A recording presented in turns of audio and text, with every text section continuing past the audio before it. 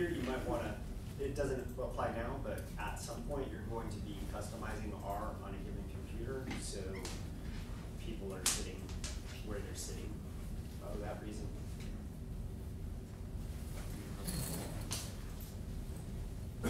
Yeah, actually we haven't done any of that yet, so your computers aren't customized yet, but they will soon. Hopefully.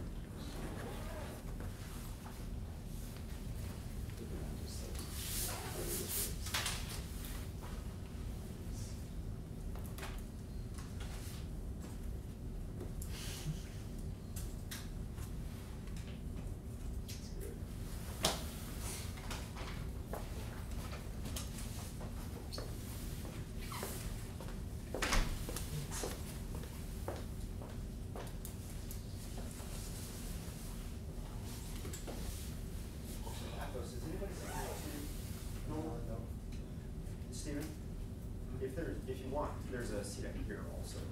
Okay. It's just up to you.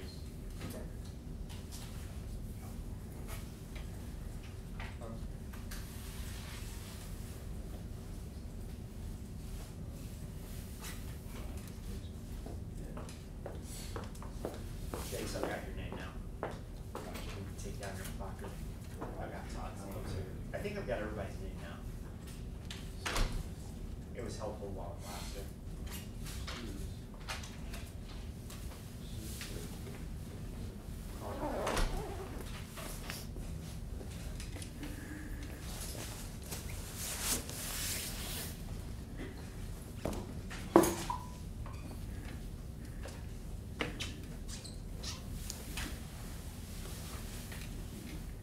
Blake.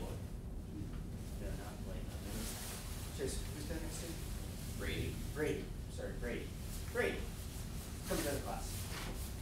I was helping them with trying to download. With what? Oh, download? Yeah. Anyway, in any case, explain to the rest of us what central limit theorem is. Yeah, everybody's name but Brady's name, and now I'll have Brady's name. Here, what's central limit theorem in your own words? Basically, the average of averages. Explain that more. So you find the mean of like whatever you're looking for. Okay. And then you find the mean of all those means. Okay, somebody help Chase, help Brady out a little bit. Chase or Connor or Maddie? It's like when you sample from a population over and over and over again, the mean of all those samples will be a normal distribution. Okay, so if you sample over and over again from a population, each time you sample from it, you get the mean of that sample. That distribution of sample means the average of that distribution will be normally, that distribution will be normally distributed. What will be special about the mean of that distribution of sample means? Anybody? Close to the population mean. So it'll be very, very close to the population mean. So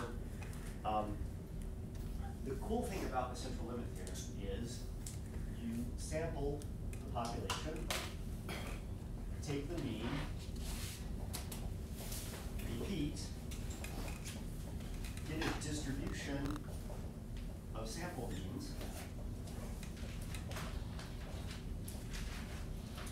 that distribution of sample means will be normal, and its mean equals the population mean.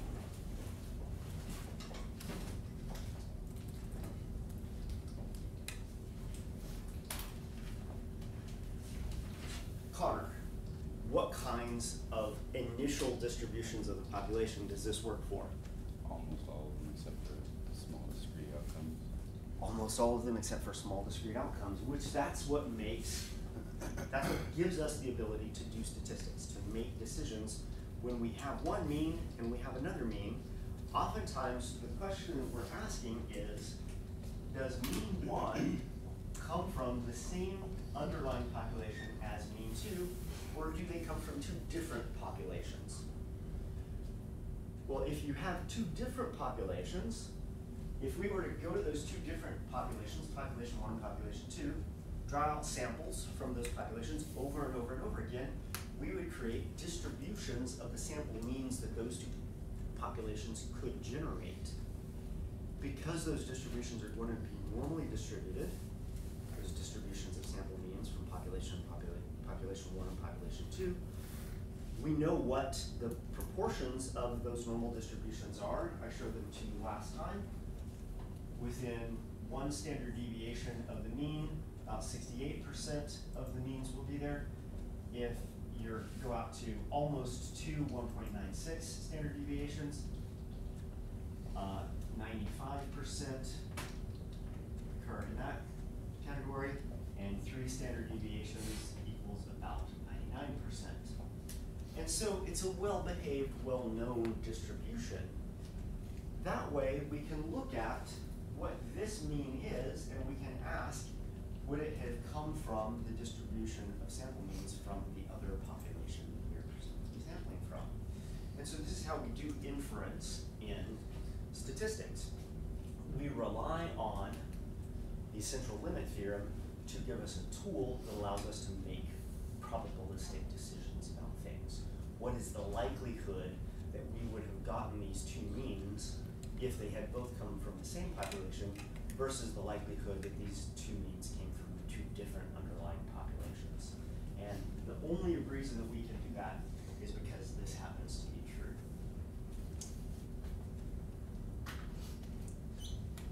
Questions about central limit theorem?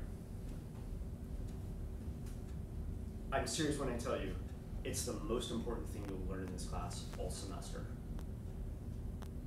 Everything after this is just applying the central limit theorem to lots of different things.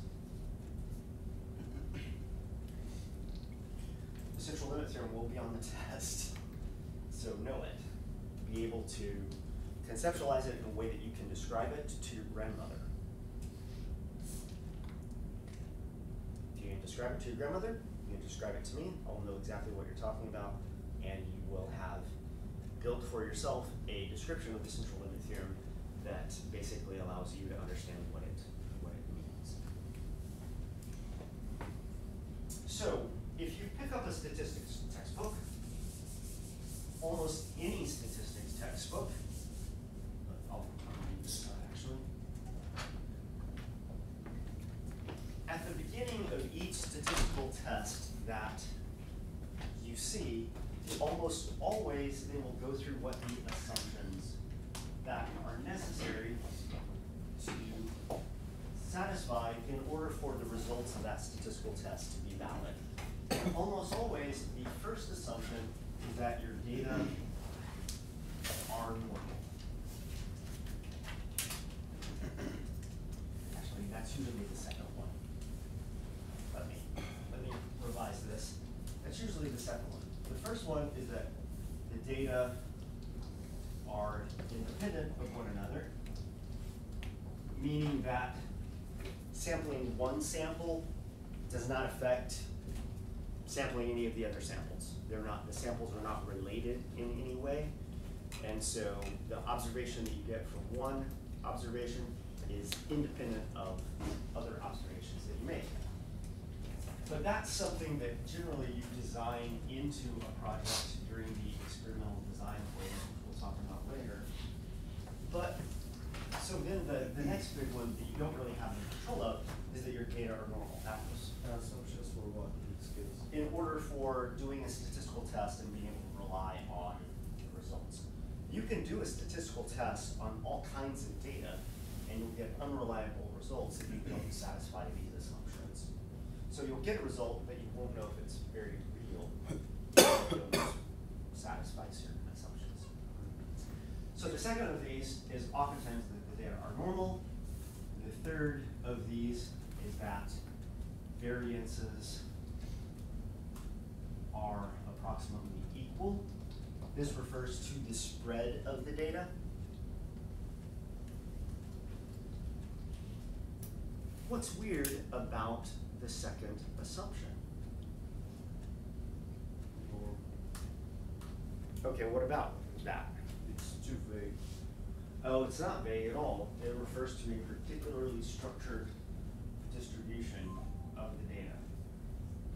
Looks approximately like that, it has a mean. Oh, it's like mirror with normal? So it's symmetrical, and we know about, if you're one standard deviation or 2 standard deviations away, we know exactly how the data are distributed within that distribution. There's nothing vague about a normal distribution. A normal distribution is very specific. Yeah, Carl.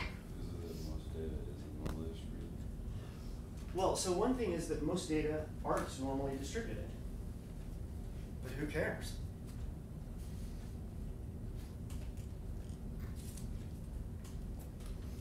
Why would you care that the data are normally distributed? Does it matter that the data are normally distributed?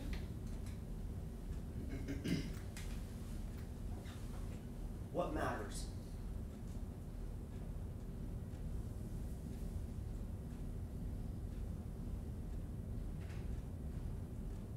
Is it your sample size has to be So sufficient? your or- sample size has to be sufficient, but we'll talk about what a sufficient sample size is later. But that's actually not one of the assumptions. Does it matter that the data themselves are normal? Why?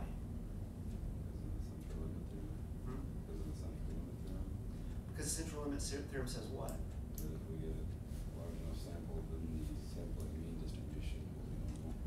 Yeah, and if we're asking, is one mean different from another mean, do we give a shit about what the data actually are, or do we care more about the distribution of sample means? Mean distribution. We care about the distribution of sample means, don't we? And if we care about the distribution of sample means, it's not the data that are normal, it's the distribution of sample means.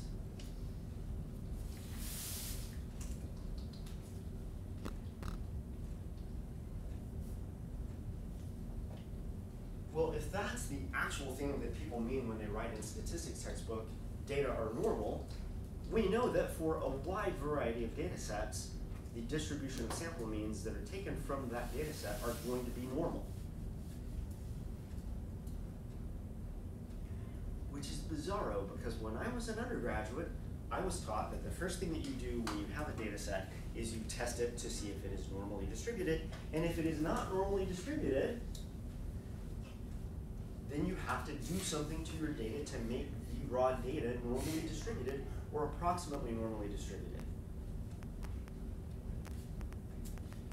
Which is weird because I was taught statistics by mathematicians who should know these kinds of things, but really, this is what statistics books mean when they say that the data are normal, because I showed you last time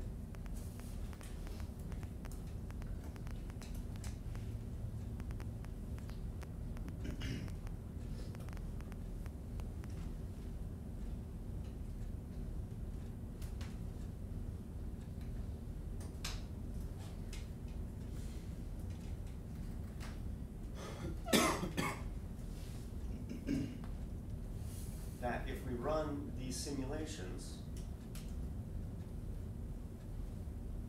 that even from patently non-normal, oh, what happened?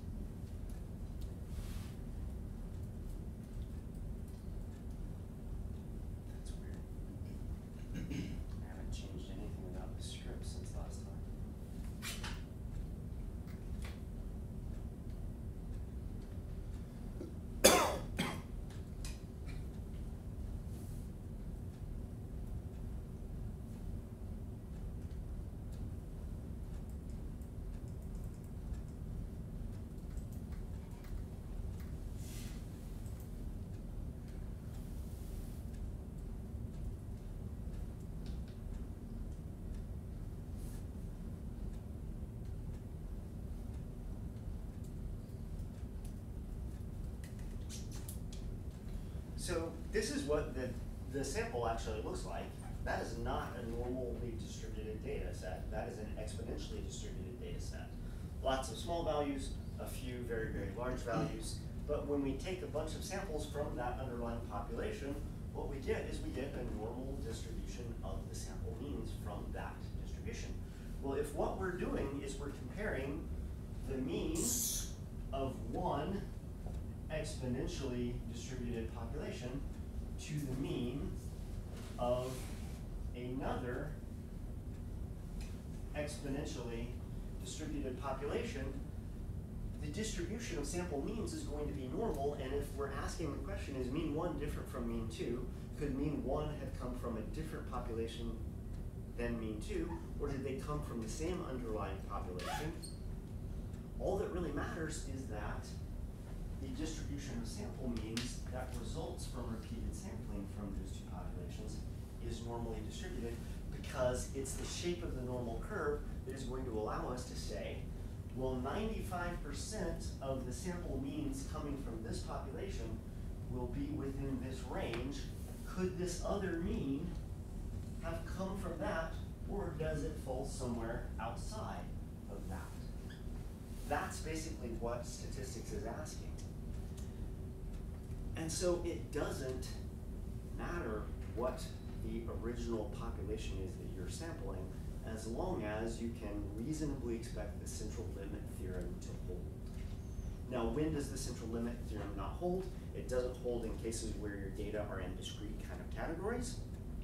It doesn't hold when your data are truncated, meaning that there are some values that just aren't possible. It doesn't hold when you have really small sample sizes. So as long as your sample sizes are reasonable enough, your data are of the continuous or at the very least interval type, which we're going to talk about data types today, and as long as they're not truncated, and as long as your sample sizes are not really small, you can invoke the central limit theorem and be assured through decades of theoretical statistics work that your distribution of sample means is going to be normal. Now, generally, when you are confronted with a data set, the people who are asking you to deal with the data set are going to expect that the first thing that you're going to do is test to see if things are normal or not. So I'm going to teach you how to test that when we get to distribution testing next week sometime. But recognize that it's really just an act. And you can either take the time to explain the central limit theorem to the people that you're dealing with and get across to them why testing your data set to see if it is normal doesn't really matter. Or you can just go through the motions of doing it and then say, oh, your data aren't normal, but that's actually the weakest assumption of all of the assumptions of the test that we're about to do, and then just press on. Because the other thing that has been found about this particular assumption is that parametric tests, like an analysis of variance or a t-test or a linear regression, all of these tests perform very well even when you don't meet this particular assumption. The next assumption, if it's not right, you're totally screwed. Which is weird because we hardly ever talk to people about this last assumption. But we're going to talk about this last assumption a lot today and Friday. Turns out this is crucially important, this is crucially important, this is not really that important for two reasons. Parametric tests are robust to deviations from normality, meaning that they give you the right answer even if your data are not normal. And two, we have the central limit theorem to rely on to basically say that the distribution of sample means, which is oftentimes the thing that we're actually interested in, that distribution is normal for a wide array of different data sets. How I impress upon you the importance of the central limit theorem. It allows us to get away with all kinds of things in statistics, which is nice.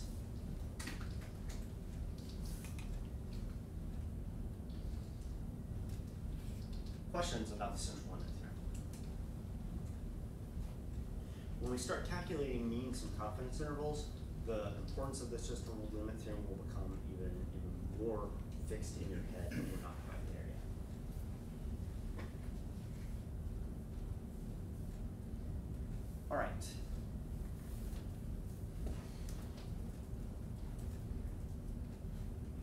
It's important for you to, at the beginning, think about the kind of data that you are being confronted with. And so, in the Mitulski chapters, I've asked you to read chapter 1 and chapter 3. After chapter 1 and chapter 3, there is a chapter 8 in that same document.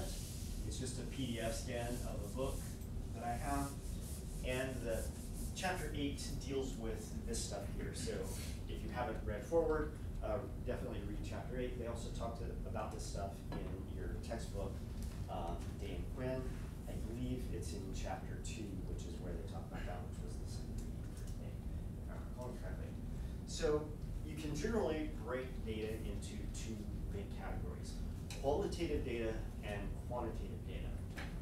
And qualitative data are data that you can't really put numbers to, which is why it's called qualitative. Qualitative versus quantitative. So qualitative data fall into two categories. One category is nominal. The other category is ordinal. Nominal data are data that you attach names to. That's what nominal means, basically. If you have a binomial distribution, that gnome basically refers to the name that it has. In the case of flipping coins, you have heads and you have tails. Those are names. They're not numbers. Now we could represent them as numbers, give heads a 1 and tails a 0. That allows us to easily count things, but those don't really have any value. You could just as easily have said that tails is 1 and heads is 0. Not only that, having a head or a tail doesn't mean that you have more of something. Like having a head, if you labeled it 1, well, you now have one what? Well, all you have really is one head. There's no real value attached to that number. That number is just another form of name that is easily counted by a computer. So nominal data, things like gender, race, religion, colors. Blue is no more better than red is better or worse than green. They're just different. Catholics are not better than Protestants. They're just two groups of people who believe slightly different things. So nominal data is about difference, but there's no particular ordering to that difference. Catholics are not better than Protestants. Protestants not better than Catholics. Atheists not better than anyone. All equal, just named differently. Ordinal scale is categorical data that are structured, but they can be ordered. So sizes, small, medium, and large. Any of you who have ever gone clothes shopping recognize that large clothing is bigger than medium clothing is bigger than small clothing, but a medium shirt made by one manufacturer may not fit you because you need a large shirt made by that manufacturer. Within that manufacturer, small, medium, large means something, but they can't be quantified in a way that we typically quantify things. If you're doing psychological studies and you do Likert scale data, things like strongly disagree, disagree, neither agree nor disagree, agree, strongly agree, those are all categories. They can be ordered, but the difference between neither agree nor disagree and agree may be relatively small, while the difference between agree and strongly agree may be relatively large in any given person's mind taking a particular survey. So there's no metric distance between these categories. They're just ranked relative to one another. Another example, and it's an example I'll use in a few minutes, is gold medals. Gold medals, silver medal, bronze medal, it just reflects the order that people finished in.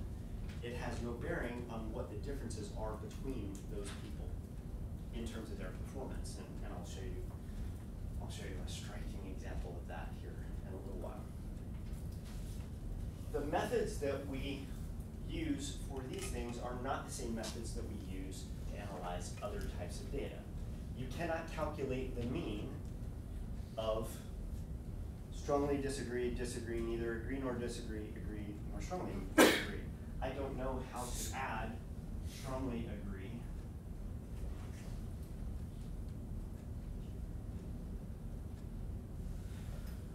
plus disagree. Why do I not know how to add those two things together? They're not numbers.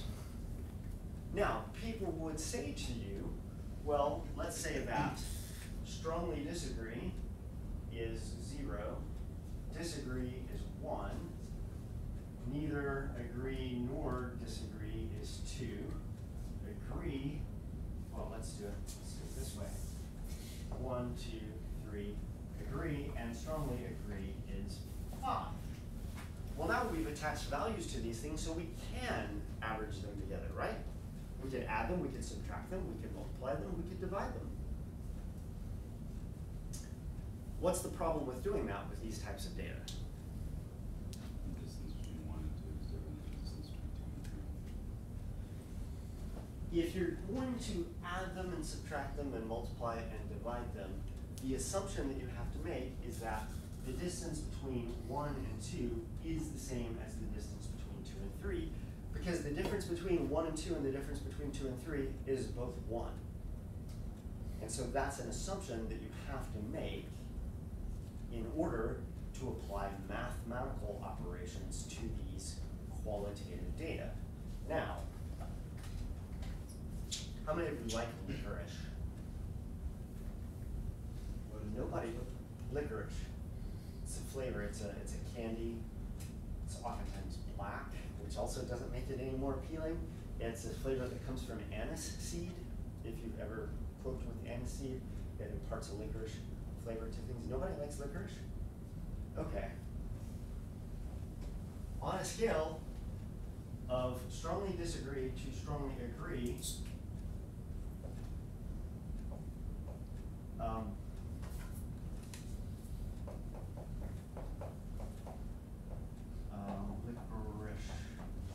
I think that's how you spell it. How many of you are in the strongly disagree category? 1, 2, and 3. I hate licorice. How many of you are in the disagree category? 1, 2, 3, 4, 5, 6. There's 6 of us there. How many of you neither agree nor disagree? You're neutral on the licorice debate. 3 of you are neutral. How many of you agree you like licorice? How many of you strongly agree that you like licorice? Okay, so we have 3 here, 6 here, and 3 here. Why do we have 6 in the disagree category versus 3 in the strongly disagree category?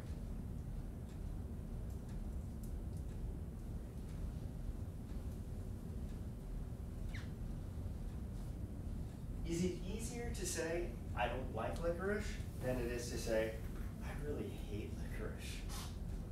Like, I really don't like licorice. When I eat licorice, it makes me want to vomit.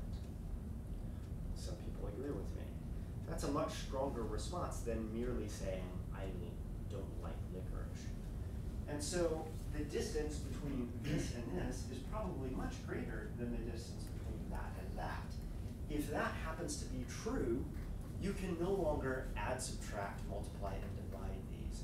Because if you were going to put these on a numerical score that actually reflects the difference between these different variables, it might be something more like 1, 4, 5, 6, 10. Arbitrary units of agreement and disagreement. Another clue to knowing whether or not you can do mathematical operations on a data set, if we go back to the original Likert scale structure, which is what sociologists, psychologists, and all kinds of other people do, educators do this, much to my disdain. 4 units of what If I give you a quarter, which I did, you have 25 cents. If I give you 2 quarters, you now have 50 cents. You have 2 times more money than you did before. If I give you a quarter, it equals 20 pennies, or 25 pennies. You've got 25 units of money. You know what the units are. If I agree, I have 4, but 4 whats?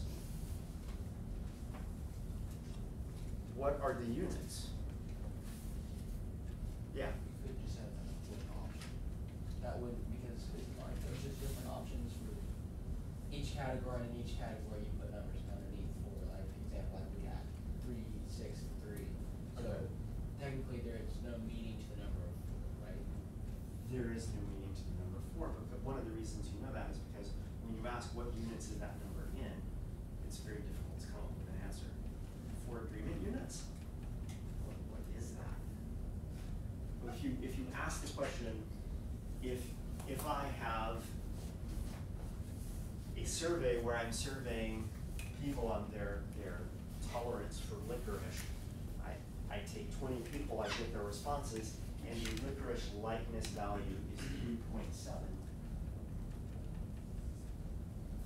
3.7 whats. If I ask you guys to empty your pockets and your wallets and put your money out on the table, and we average that up, we will figure out that we all are carrying around in cash about $1.07. But we know exactly what that is. That's 107 pennies if we were to convert it into the smallest denomination of money that we have. We know exactly what the units are that we're dealing with. If we score 3.7 on the licorice likeness scale, we don't know what that 3.7 is in terms of some unit that we get that attached to. It becomes 3.7.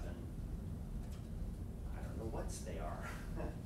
Likeness units. It's a weird thing, and it's because we're doing something that is artificial. We're taking qualitative data and we're trying to convert it into quantitative data so that we can do numerical operations on it that we probably shouldn't be doing on it in the first place. Are there ways of analyzing qualitative data? Yeah, you've already done it in here, right? What's one of them? Counts. We did the incarceration rate. We did the incarceration data, didn't we? We had incarceration divided by race. Now I'm going to make you really uncomfortable. We had the number of white prisoners, we had the number of black prisoners, and we had the number of Hispanic prisoners. And we had different numbers of those, and how did we analyze those data? What test did we use? We did not use a central limit theorem, but thank you for trying. We used a chi-square test. A chi-square test allows you to test for whether or not a distribution of observations falling into different categories is different or not from some expectation. We use a chi-square test. Now, if we tried to quantitate these categories, what could we do? We could tack numbers on them, just like we did for agree and strongly disagree, neither agree nor disagree, et cetera, et cetera. What numbers would you put on these races? The amount of individuals that fall underneath that category. Pardon? The number of individuals that fall underneath. Okay, each fine. category. So let's say that we have 1,000 white prisoners, 2,000 black prisoners, and 1,500 Hispanic prisoners. What I would say we should do with this is we should think that as a distribution that looks like this. It looks like for white, black, and Hispanic prisoners, and we should analyze that with an appropriate test like a chi-square test to see if that distribution differs from some other distribution, either the distribution of prisoners in another country or the distribution of prisoners we would would expect on the basis of the population, et cetera, et cetera. But what if I wanted to know what the average incarceration value was of Missouri or the United States? We could, in theory, attach numbers to white, attach a number to black, attach a number to Hispanic, multiply that number times the 1,000 prisoners that were white, multiply that number times the 1,000 prisoners who were black, or the 2,000 that were black, multiply that times the 1,500 prisoners who are Hispanic, and we could come up with an average incarceration value, whatever that means. So we're going to attach numbers to these races. What will the numbers be? 1, 2, and 3. Who's 1, 2, and 3? And you can go white one, black two, Hispanic three. Oh, white 1, black 2, and Hispanic 3. So white people are better because you place them first. Oh, Hispanic people are better because they have 3 units attached to them. Told you it would be uncomfortable. What it is it's stupid. Why would you attach a number to a category that has no numerical value? Order. What? Order. I would say it's chaos. Because 3 whats, 2 whats, 1 what? Position. Position?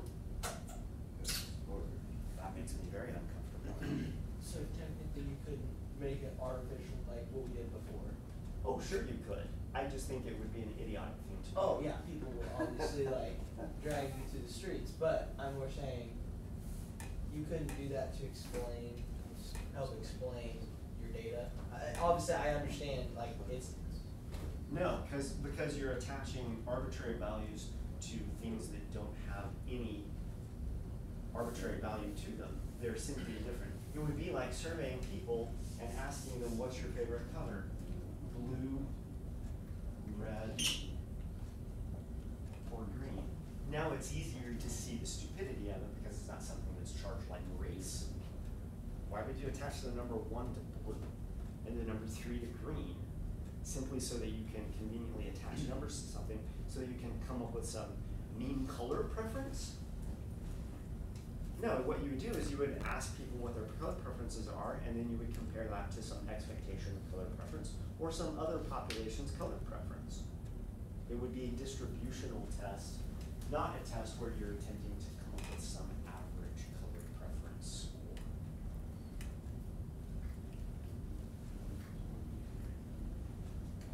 It's easier to think about with colors because we don't have to think about race simultaneously, but it's the same thing. They're just different categories.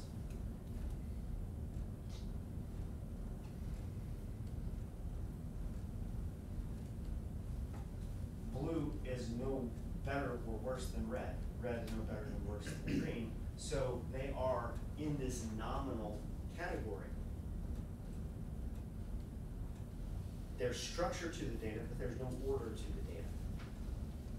One is not higher than the other.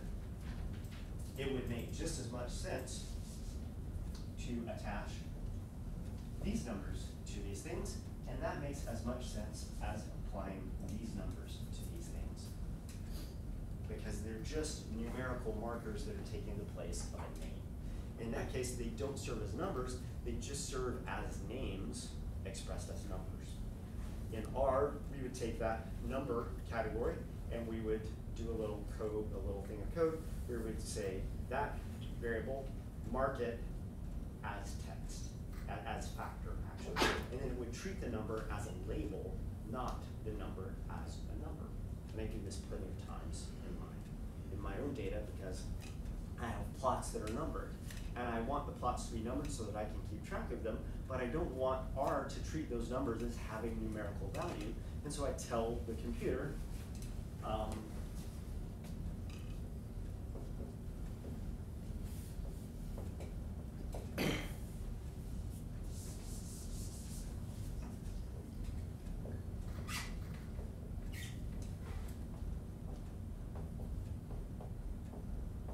when I would do this in R, plot is a column within the data frame dat.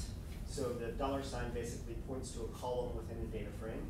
This is the assignment operator, and then asFactor is a command that basically tells R to treat something as a factor rather than as a number.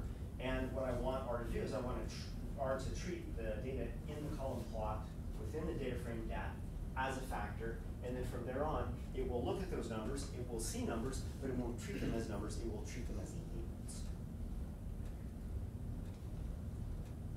And it won't try and do crazy shit like average them, or divide them, or add them, or subtract them.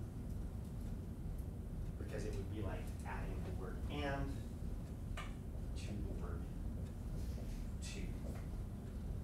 And what does that get you? I have no idea. This is the nature of quantitative data, or qualitative data.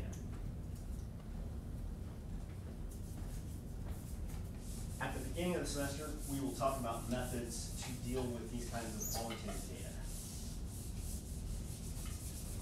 Questions about qualitative data? All right. Quantitative data have different scales also. Things at the interval scale are things that you can attach numbers to, and the interval between numbers has meaning. A classic example of this is temperature.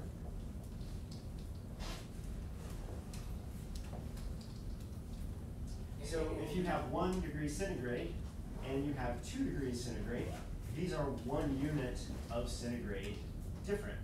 If you have 5 degrees centigrade, you have 5 units of centigrade, sorry, 4 units of centigrade difference. Sorry. 3, 4, 5, 1, 2, 3, 4. 4 units of centigrade difference. So these things have numbers. Those numbers have meaning in that each unit is 1 unit apart in this case. But if you have something that is 15 degrees and something that is 30 degrees centigrade, 30 degrees centigrade is not twice as hot as 15 degrees centigrade. Your body temperature is about 37 degrees centigrade. So it's on the fairly warm side. 15 degrees centigrade is 50 degrees Fahrenheit. So the difference between body temperature and 50 degrees, I wouldn't necessarily say that that's half of your body temperature, generally speaking. So these don't satisfy what they call the ratio scale data because you can't compare them as multiples of one another.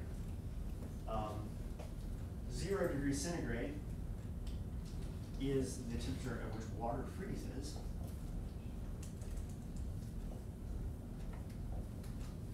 When 100 degrees centigrade is the temperature at which water boils. How many more times hotter is the temperature at water boiling compared to the temperature at water freezing if these were actually ratio scale data? Well, you couldn't because it's 0. You couldn't because it's 0. To figure out how much more times this is hot than that, it would be the temperature at which water boils divided by the temperature at which it freezes, in which case the temperature that water boils is infinitely hotter than the temperature at which it freezes. That's the definition of dividing something by 0.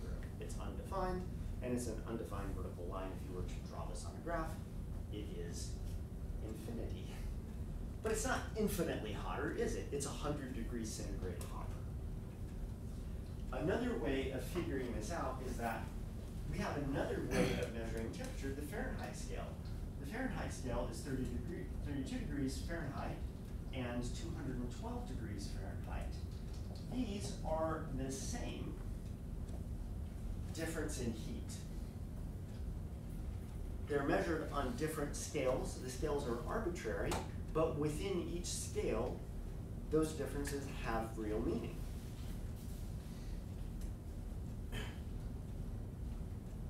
The difference between water freezing and water boiling is always the difference between 212 degrees and 32 degrees. Happens to be the difference between 100 degrees and 0 degrees in centigrade units, but the units within the measurement scale are consistent, but the same two things can be measured on two different scales, and while the scales within that unit, within that measurement system are consistent, they're not the same if you can apply different measurement scales to the same thing that you're measuring. So this is interval scale data, it is not ratio scale data. Ratio scale data is anything that you can divide and multiply, and the division and the multiplication doesn't make whack-a-mole sense. So, money, if you make $60,000 a year, somebody who makes $120,000 a year makes twice as much money as you do. Speed. If I run the 100 in 10 seconds, which I cannot, and you run the 100 in 5 seconds, which you cannot, you are twice as fast as I am. Lots of things are ratio scale data. A person 3 feet tall is half the height of someone 6 feet tall. 20 eggs are twice as many as 10 eggs. Numbers that you can compare by multiplying and dividing them, and that multiplication makes sense. Those are ratio scale data. Can temperature be both? Ratio and interval data? No. What if I had 50 degrees and 100 degrees? Is 100 degrees twice as hot as 50 degrees?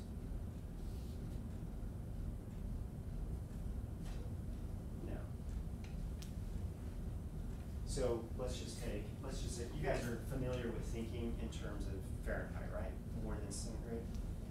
Okay, so it's summertime.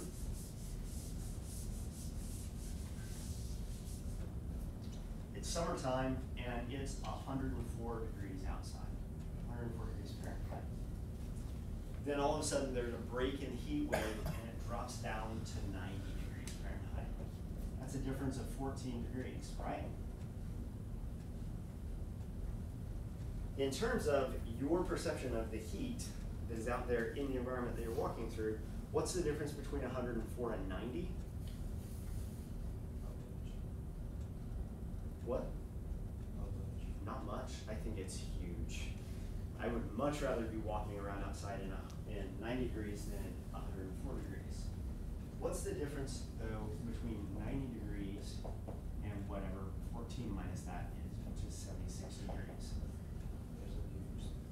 There is a difference there. Does that feel like the same difference as the difference between 104 and 90? No, because 90 just feels relatively cool, and 76 is cooler, but it's not drastically cooler. So even though these things are measured on a measurement scale that is to a certain degree arbitrary, what are all the ways in which we can measure temperature? We've already talked about Fahrenheit, Celsius, centigrade, what's the other one? Kelvin. Kelvin. These three scales all measure the same thing, the amount of latent heat that is in a system, but they do so on different scales. As it turns out, the difference in 1 degree centigrade and 1 degree Kelvin are equivalent intervals. The interval for Fahrenheit is much smaller, so in that way it's a more precise way of measuring temperature because the scale that you're measuring it on is divided up into finer scale divisions. But in all of these cases,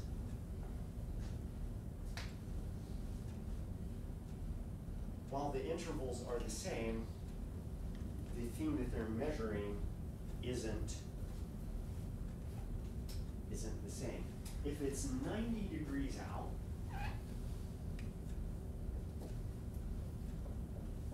is 45 degrees half as hot? Is the question that you have to ask yourself, yeah, Connor. So is this a product of the scale that they're measured on, or a product of what we're measuring? It's actually a quality of what you're measuring. And so certain types of data will have an inherent scale to them. It will either be a ratio scale, it will be an interval scale, it will be an ordinal scale, or it will be a nominal scale. And so at the beginning of, so when I sit down with students, this always happens in the spring. Some students will come to me wanting to analyze their senior thesis data in biology or chemistry, usually biology, occasionally chemistry. The first thing that I do is I sit down with them in my office and I say, tell me about your project. What is your project about? What questions are you trying to address? The second thing that I ask them is, what do your data look like? What are the units? What is it that you're actually measuring? Because in that conversation, I figure out what the nature of their data are. Are they categorical data, nominal data that only have nominal scale properties? Are they ordinal? Are they interval? Are they ratio? That influences, in my mind, in what the battery of methods are that we can begin to analyze them with. But it isn't anything that I'm imposing upon the data. I'm asking about the data, and then based on the data, those data have inherent properties. One of the inherent properties that those data have are at what scale of data are they? Nominal, ordinal, interval, ratio. And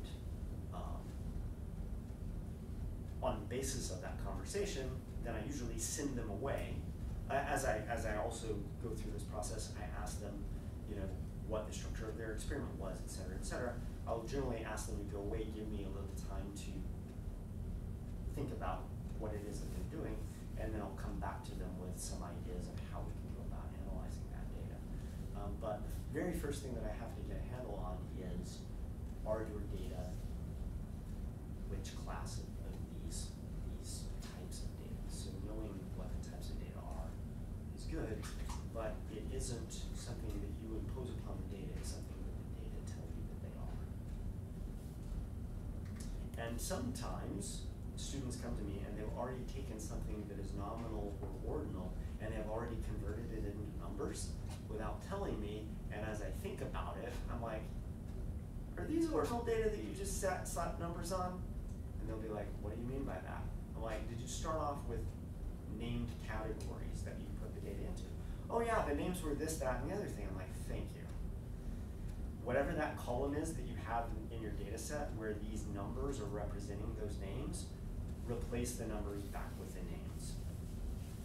Because the nature of your data, when you originally collected those data, were nominal, not ordinal or something else.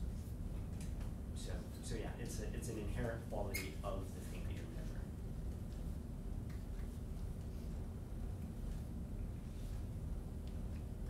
In spite of our efforts to convert one thing into another, we can't ultimately change its nature. All right, other questions?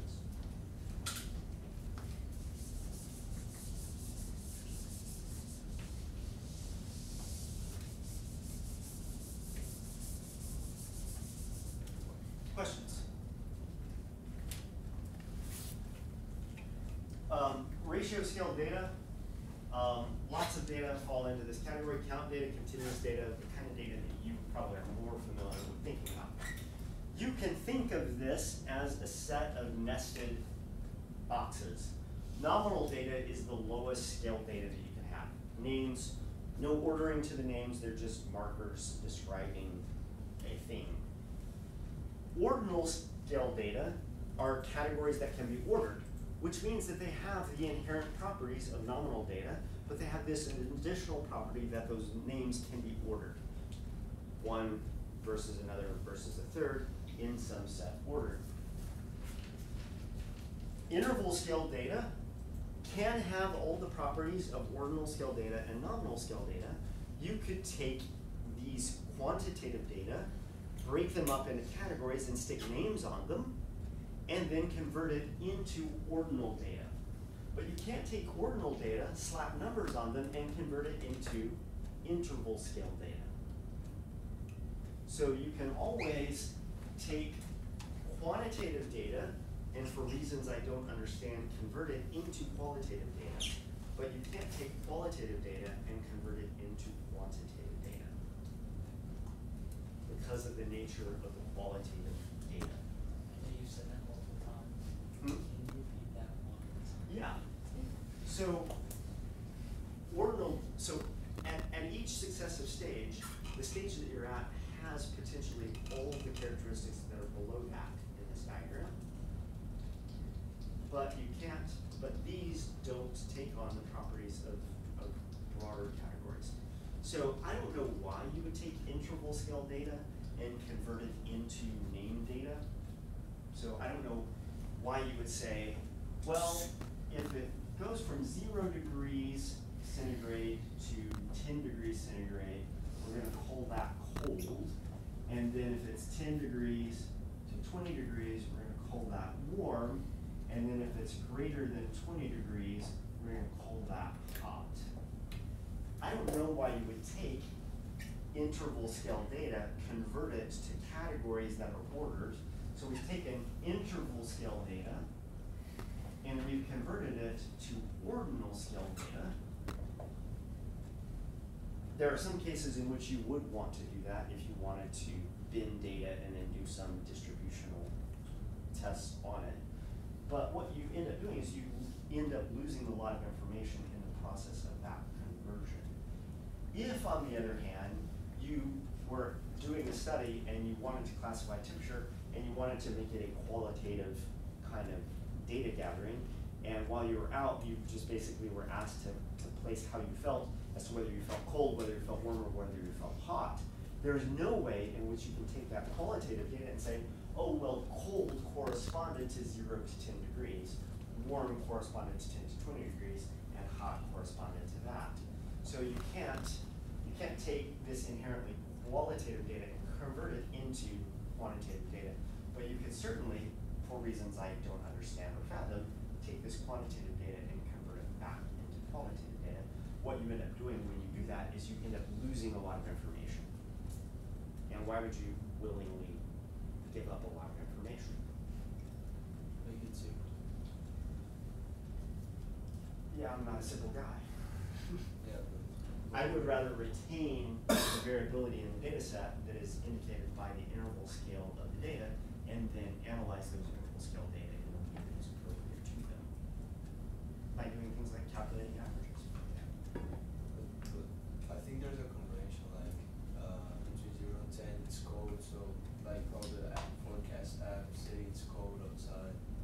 Oh, my app Instead says of what temperature it is. I imagine that. I mean, I think your app does also. Yes.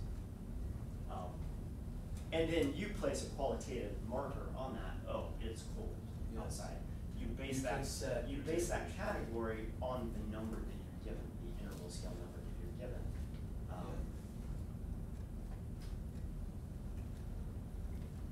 Yeah.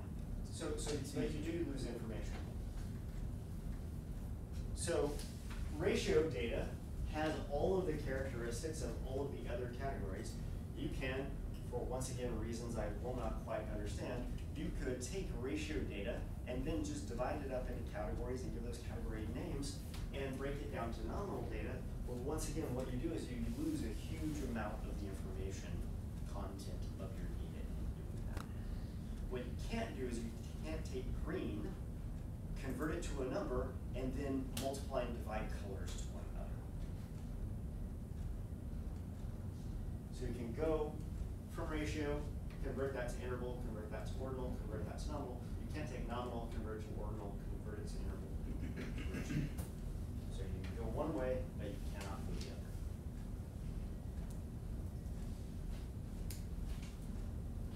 Questions?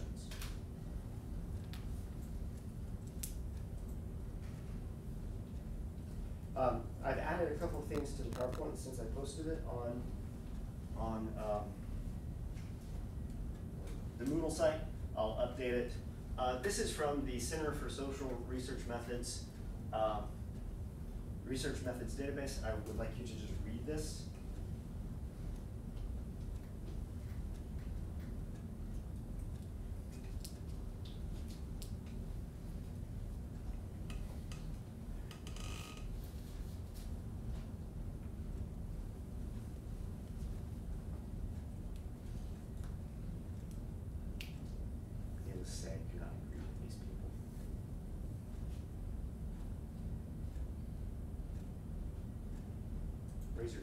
you're done.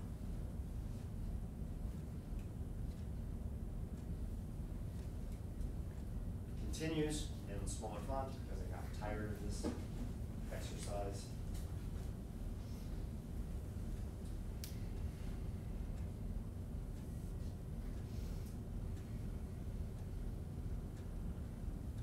The bold section is bolded for a reason.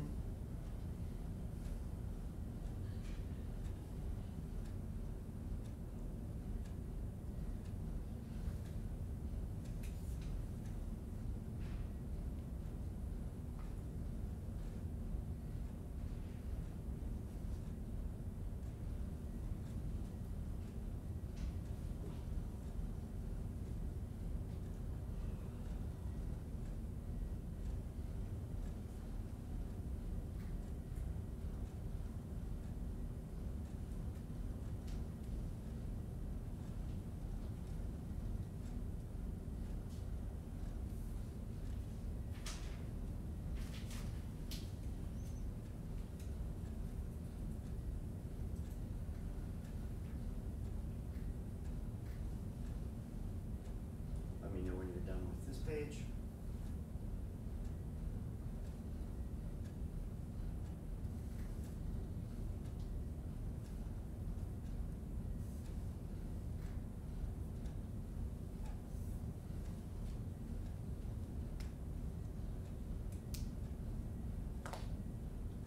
I've got you here.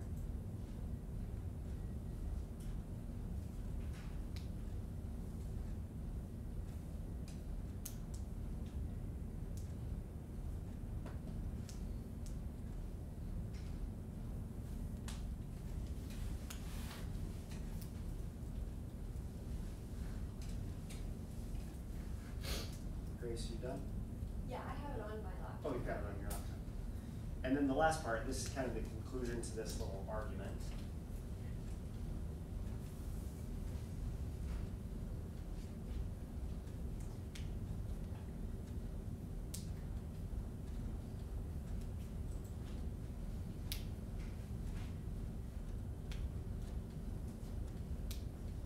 These are people doing social science research, and so what they desperately want to do is they want to take ordinal level data and convert them into interval scale data.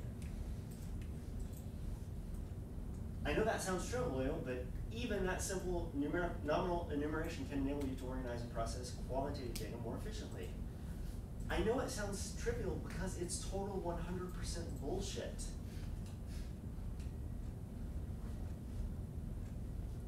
In order for you to assign these numbers to these categories, the distance between neutral and disagree has to be the same distance as the distance between disagree and strongly disagree, and that interval unit has to be 1. If it's something other than 1, then you can't assign 1, 2, 3, 4, and 5 to it. You have to assign 1, 4, 7, 10, 12 to it. So this simple trivial task that these people talk about makes the assumption that not only does this number have meaning, but the comparison of this number to that number is that the difference between this verbal statement and that verbal statement is 1 unit of difference of whatever units these things are measured in. And once again, I challenge you to tell me what those units are.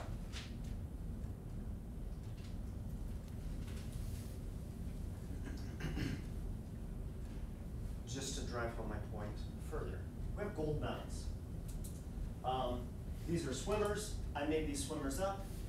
Swimmer 1 scored bronze in all these events.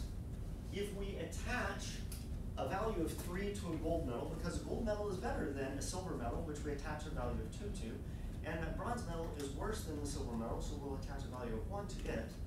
If you score a bronze, you have, on this Likert scale of medal count, you have 6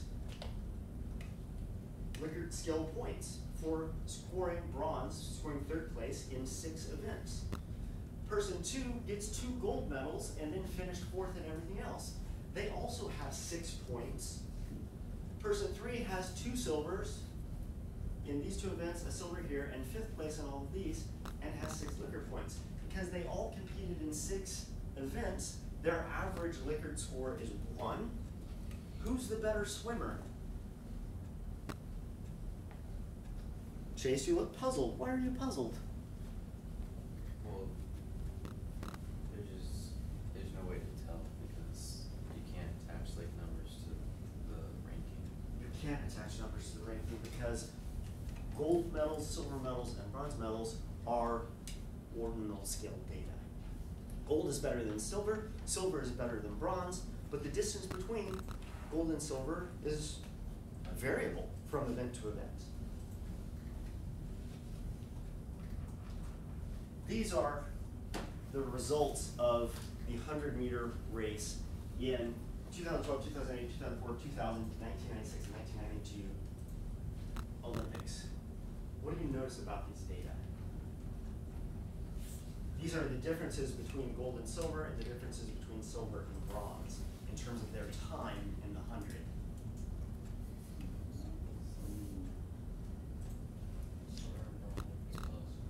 Silver and bronze are oftentimes pretty close. The difference between gold and silver, though, varies widely, doesn't it? What happened in the 2008 Olympics? Bolt. Usain Bolt crushed it. It's the last thing we'll cover today.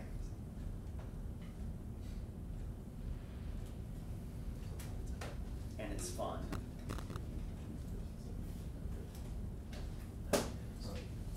This is the difference in 0.2 seconds in the 100. Remember, in some of those cases, the difference between gold and silver was separated by 100th of a second. In 1992, I think if I recall correctly from the table, the difference between gold and silver was 100th of a second. This is a difference of 2/10ths of a second in the 100.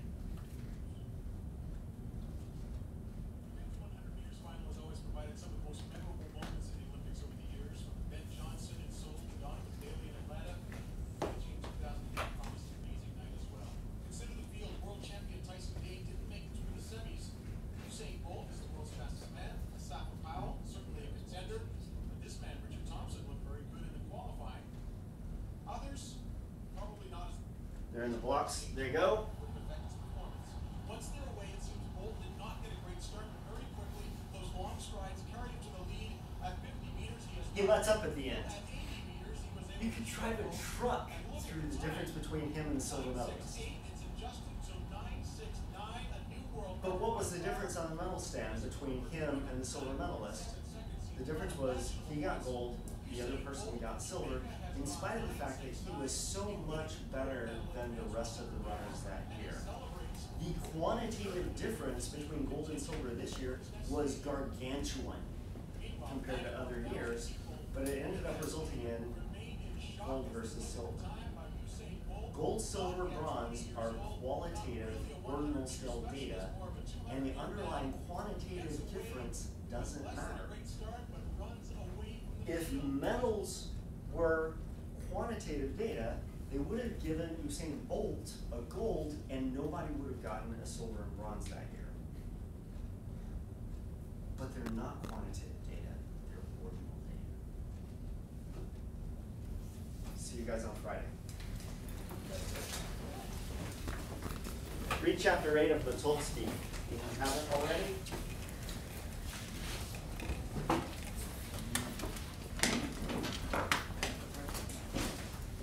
Yes, sir. I have office hours at 9, and then I have office hours at 1:35. But I don't have class until 12:30, so I have to use it for the whole. Yeah, I may come in after, Okay, sure. Yep. because I wanted to talk